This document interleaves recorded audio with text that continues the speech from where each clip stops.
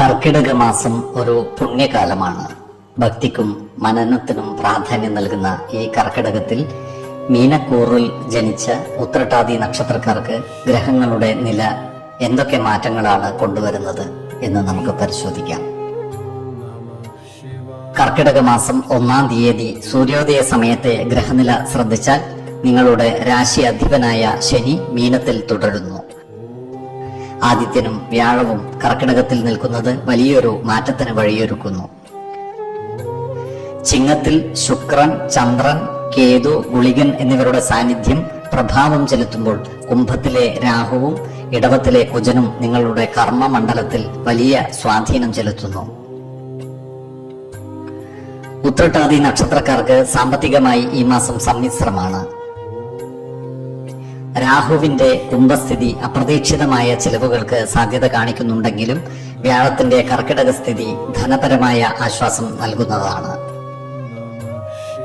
Business ചെയ്യുന്നവർ പുതിയ തീരുമാനങ്ങൾ എടുക്കുമ്പോൾ മുൻപ് നടന്ന പരാജയങ്ങൾ ഓർക്കുന്നത് നല്ലതായിരിക്കും. വലിയ നിക്ഷേപങ്ങൾക്ക് മുതിരും മുമ്പ് വിദഗ്ധ ഉപദേശം തേടുന്നത് ഉത്തമമാണ്.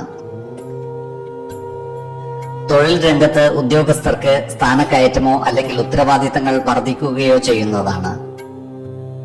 ആദിത്യന്റെ കർക്കിടക ഭാവം ഭരണപരമായ കാര്യങ്ങളിൽ അനുകൂലമായ മാറ്റങ്ങൾ നൽകുന്നതാണ്. വിദ്യാർത്ഥികൾക്ക് പഠനത്തിൽ ശ്രദ്ധ കേന്ദ്രീകരിക്കാൻ അല്പം ബുദ്ധിമുട്ട് അനുഭവപ്പെടുവാനുള്ള സാധ്യതകൾ കാണുന്നുണ്ട്. എങ്കിലും പരിശ്രമം ഉപേക്ഷിക്കരുത്. ഉദ്യോഗാർത്ഥികൾക്ക് ഈ മാസത്തിന്റെ 2-ാം പകുതി കൂടുതൽ ഗുണകരമായിരിക്കും. കുടുംബത്തിൽ ശുക്രന്റെ സ്വാധീനം മൂലം സന്തോഷകരമായ അന്തരീക്ഷം നിലനിൽക്കുന്നതാണ്. എന്നാൽ വാക്സാമർത്ഥ്യം കൊണ്ട് മറ്റുള്ളവരെ പിണക്കാതിരിക്കാൻ ശ്രദ്ധിക്കേണ്ടതുമാണ്. വ്യവസായങ്ങളിൽ നിന്ന് വരുമാനം വർദ്ധിക്കുന്നതാണ്. ഉദ്യോഗസ്ഥർക്ക് പ്രമോഷൻ ലഭിക്കുവാനുള്ള സാധ്യതകളും കാണുന്നുണ്ട്. ഈ നക്ഷത്രക്കാരുടെ ഭവനത്തിൽ പൂജാതി മംഗള കർമ്മങ്ങൾ നടക്കുവാനുള്ള സാധ്യതകളും കാണുന്നുണ്ട്. ഈ നക്ഷത്രക്കാർ ആരോഗ്യകാര്യത്തിൽ ഒരു പ്രത്യേക ശ്രദ്ധ പുലർത്തുന്നത് ഗുണകരമായിരിക്കും.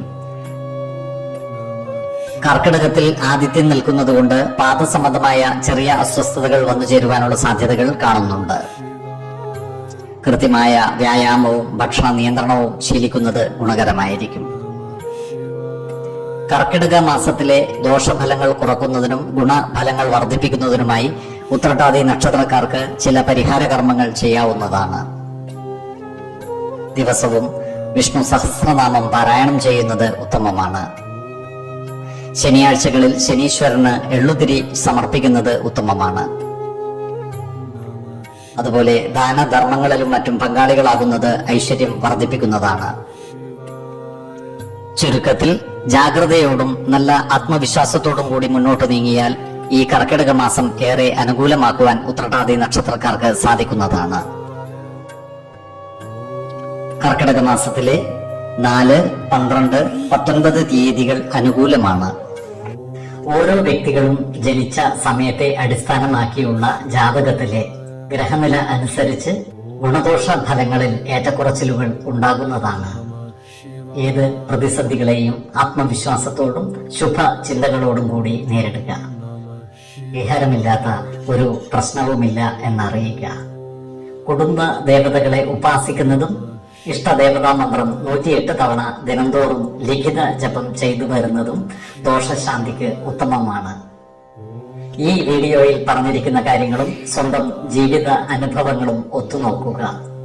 ആയുരാരോഗ്യ സൗഖ്യത്തിനായുള്ള നിത്യ പ്രാർത്ഥനയിൽ ഉൾപ്പെടുത്താൻ ആഗ്രഹിക്കുന്നവർ പേരും വയസ്സും നക്ഷത്രവും കമന്റ് ബോക്സിൽ രേഖപ്പെടുത്തുക.